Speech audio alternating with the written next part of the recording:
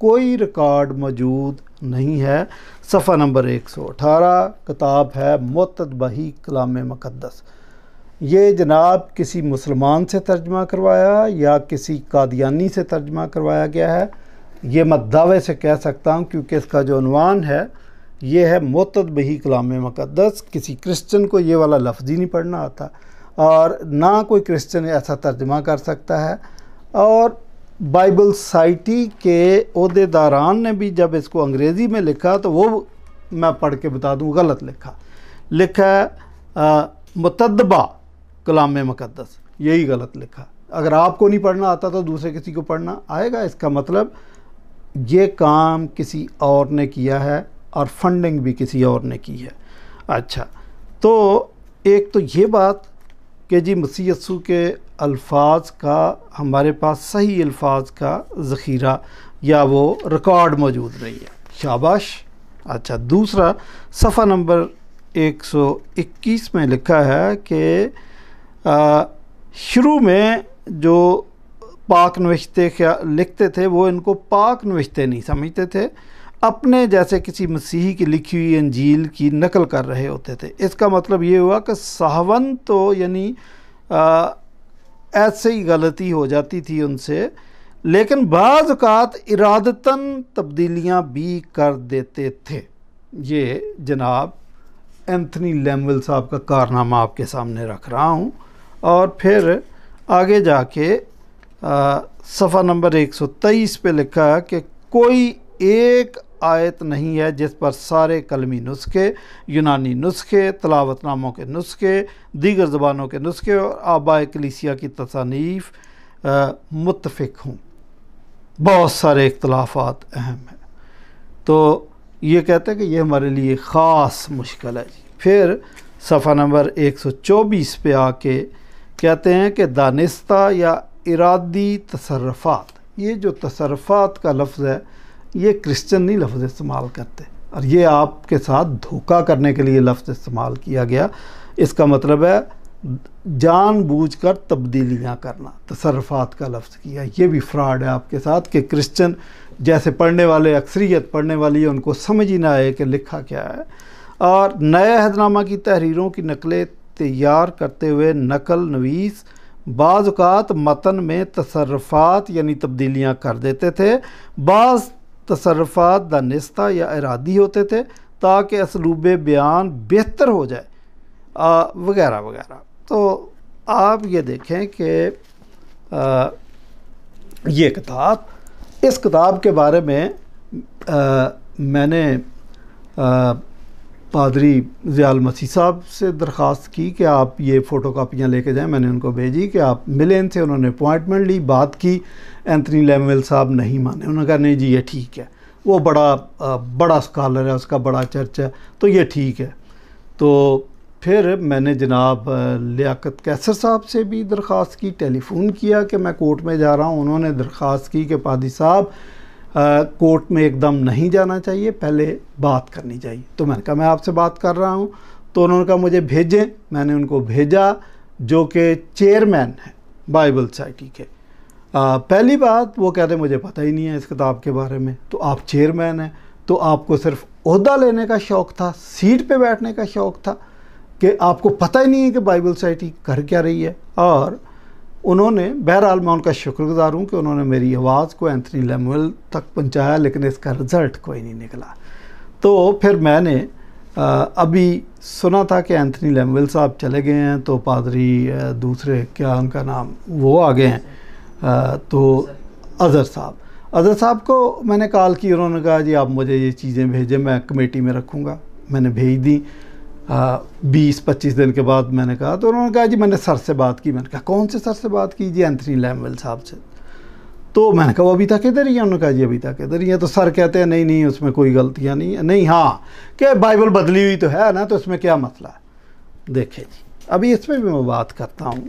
دوسری بات کہ یہ جناب نے کتاب چھاپی ہے مطالعاتی اشاعت، یہ دیکھیں مطالعاتی اشاعت، یہ بھی کتاب چھاپی ہے، اس کا بھی کارنامہ بتاتا چلوں کہ اس میں صفحہ نمبر 1724 پہ انہوں نے لکھا کہ اشاعربانی دراصل بت پرستوں کی رسم تھی، اور وہ جو دیوتا تھا وہ بھی اس کے ماننے والے یہی خیال کرتے تھے کہ شاعربانی میں شرکت کرنے سے ایک نئی پیدائش ہو جاتی ہے۔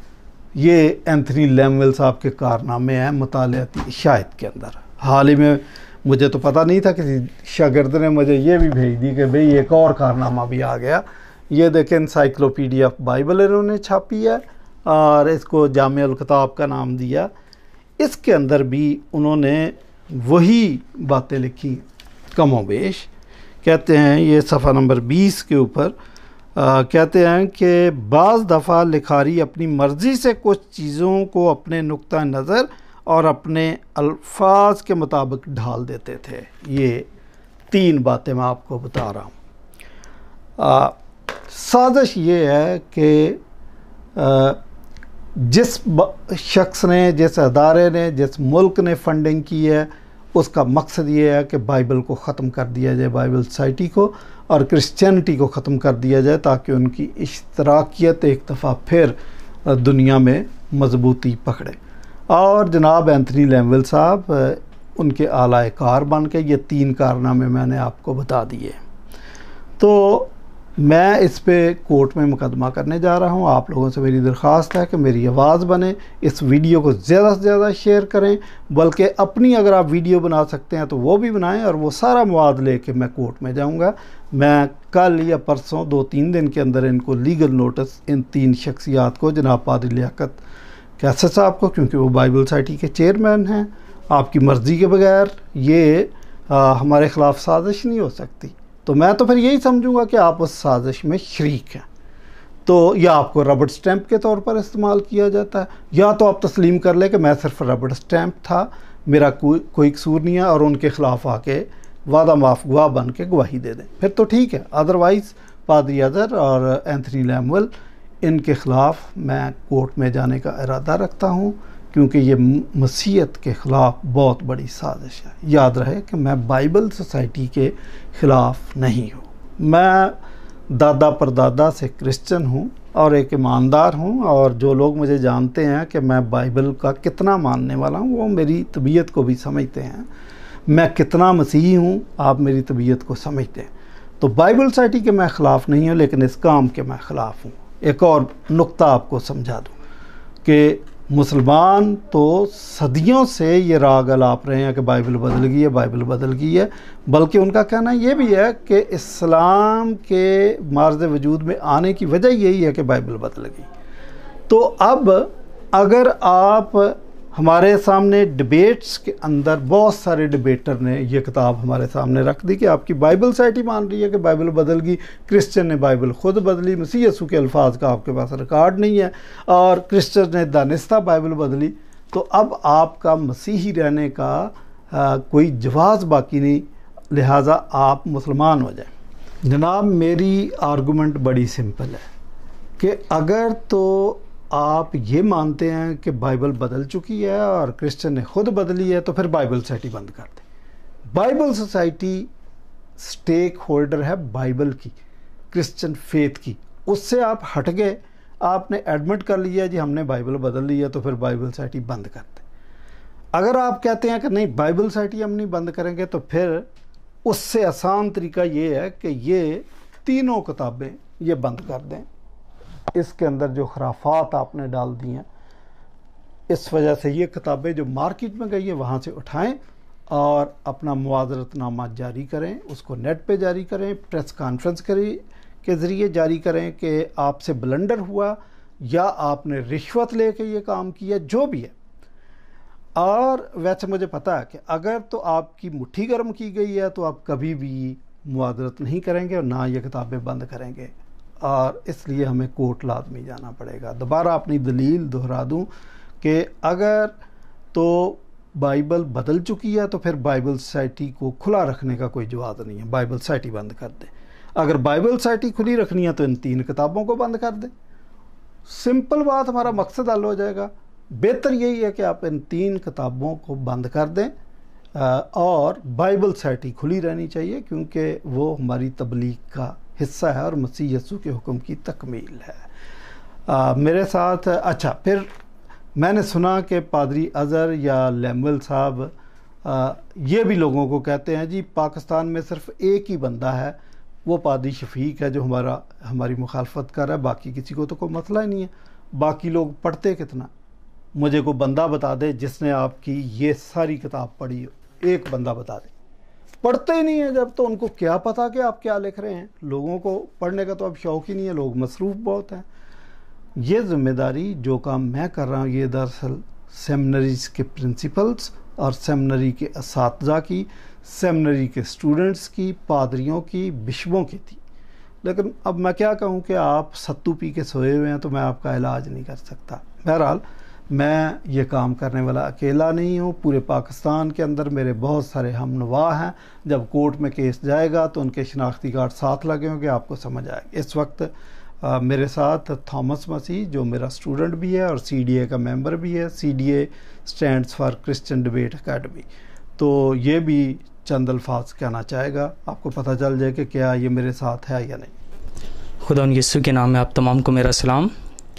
میں پادری شفیق کے ساتھ 100% متفق ہوں، اور یہ صرف کتابوں ہی کا مسئلہ نہیں ہے، چند لائنوں کا مسئلہ نہیں، یہ ہمارے ایمان کا مسئلہ ہے، اور اس معاملے کے لیے ہم آخری حد تک جائیں گے، اور جہاں تک جانا پڑے ہم جائیں گے۔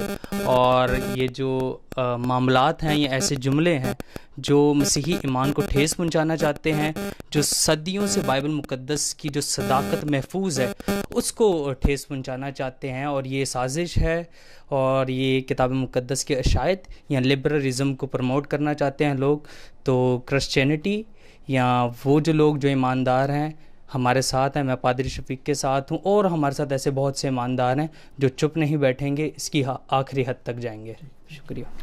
میں نے اپنی گزارشات ناظرین آپ کے سامنے رکھ دی ہیں، اور مجھے پتہ ہے یہ مشکل کام ہے۔ میں پہلے ہی بہت بدنام ہوں کیونکہ میں سچ کہہ دیتا ہوں، لیکن میں یہ بتاتا چلوں کہ جو حرف حق ہے اور جذبوں کی صدا بھی، اس حرف کے لکھنے پہ مقرر ہے سزا بھی۔ تو ہمیں نہ تو کوئی خوف ہے، ایمان کی خاطر ہمیں اپنی جانوں کے نذرانے بھی دینے پڑے تو ہم دے دیں گے۔ آخر میں ایک شعر سناتا جاؤں کہ ہم کل بھی سرےدار صداقت کے امی تھے، ہم آج بھی انکار حقیقت نہ کریں گے۔ شکریہ۔